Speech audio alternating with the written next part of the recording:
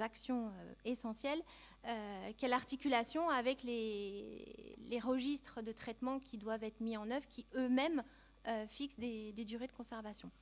Donc je présente les intervenants.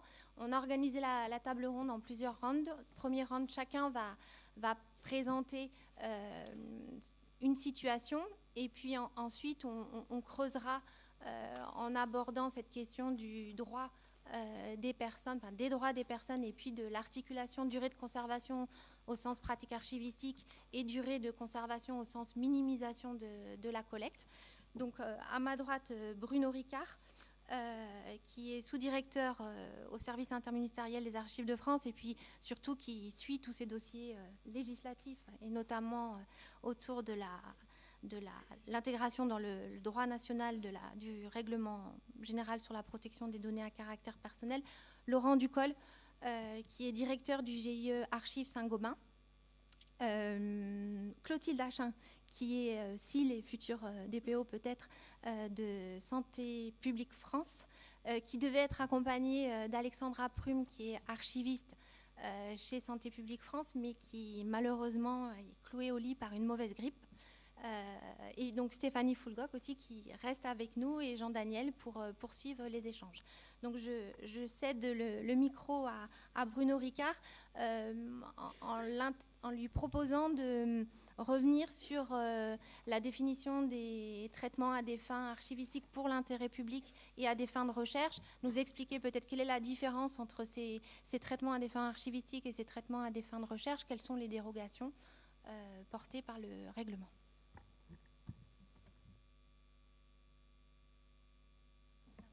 Voilà, merci beaucoup. Bonjour à toutes et à tous. C'est effectivement un sujet très important, un sujet stratégique. Des débats très récents qui ont été évoqués ont touché le cœur de nos métiers. Effectivement, le RGPD nous concerne tout d'abord parce que, comme ça vient d'être expliqué, la définition de données à caractère personnel est extrêmement large. Des documents dans lesquels il n'y a pas de nom, mais qui permettent d'identifier indirectement des personnes sont des documents comportant des données à caractère personnel.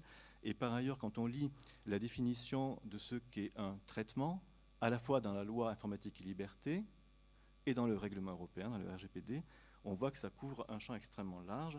Je vais citer uniquement le RGPD. C'est à la fois les traitements qui portent sur la collecte, l'enregistrement, l'organisation, la structuration, l'adaptation, la modification, l'extraction, la consultation, l'utilisation, la communication, la diffusion, le rapprochement, l'interconnexion, l'effacement ou la destruction. Donc vous voyez qu'on est quand même un petit peu concerné.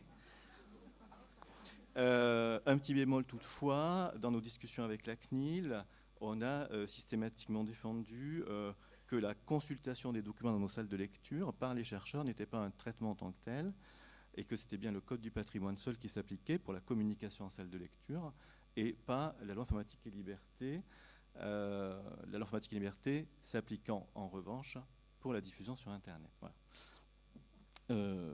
Donc, la question des traitements des fins archivistiques d'un intérêt public. Alors tout d'abord, je voudrais saluer le travail de deux de nos collègues qui ne sont pas dans la salle aujourd'hui et qui sont à l'origine de la création de ce concept. C'est Aude Roelly et Marie Ranquet. Aude Roelly, qui étaient toutes les deux étaient au CIAF à l'époque, lorsque le règlement a été élaboré, donc de 2012 à 2016. Aujourd'hui, Aude Roelly est à la préfecture de police de Paris et Marie Ranquet aux Archives nationales. Comme cela a été précisé, on a plus de dérogations pour ces traitements-là que pour les autres, ce qui est un avantage pour nous. Et même si ça peut paraître un peu étrange, ce concept, puisque l'archivistique n'est pas tant une finalité qu'un moyen, de mon point de vue, mais c'est la solution qu'on a trouvée pour obtenir des dérogations, dans la mesure où le traitement des fins archivistiques inclut non seulement la finalité historique des archives, mais également la finalité administrative, probatoire, juridique des archives. Et donc cet aspect-là a beaucoup plus marqué les esprits à Bruxelles et au Parlement européen que la finalité purement historique. Alors, avant de parler de ces traitements et des dérogations qui sont associés, je pense qu'il faut d'abord distinguer entre différents types d'archives. Entre archives courantes et intermédiaires d'une part, et entre archives définitives. Seules les archives définitives font l'objet de dérogations à certaines règles du RGPD. pas les archives courantes et intermédiaires. Les archives courantes et intermédiaires relèvent du régime de droit commun, c'est-à-dire que s'appliquent à leur égard les droits à l'effacement ou droit à l'oubli. Donc c'est droit à l'effacement dans le RGPD, droit à l'oubli dans le langage courant, le droit de rectification, le droit à la limitation du traitement ou encore le droit d'opposition et bien d'autres droits évidemment. Pour autant, avec le RGPD, c'est jamais tout blanc ou tout noir. Le droit à l'effacement, par exemple, ne s'applique pas lorsque le traitement est nécessaire pour exécuter une mission d'intérêt public ou relevant de l'exercice de l'autorité publique. Ce qui veut dire qu'on ne peut pas demander, par exemple, à Bercy d'effacer notre ardoise. Donc, les archives publiques courantes et intermédiaires sont protégées du droit à l'effacement en raison même de la finalité de leur production. Ce n'est en revanche pas le cas pour les archives privées. Donc vous voyez qu'on fait déjà une distinction archives courantes et intermédiaires d'une part, archives définitives d'autre part, mais on va devoir faire aussi une distinction archives publiques, archives privées.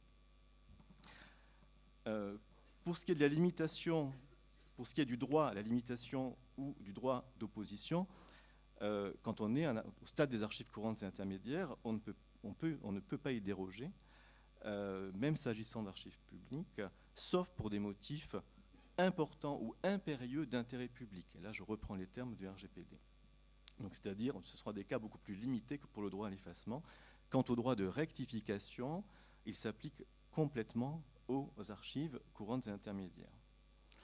Alors, pour ce qui est des archives définitives, dont les traitements sont mis en œuvre par les services publics d'archives, elles dérogent tout d'abord au droit à l'effacement, et c'est l'une des très rares dérogations inscrites en dur dans le RGPD.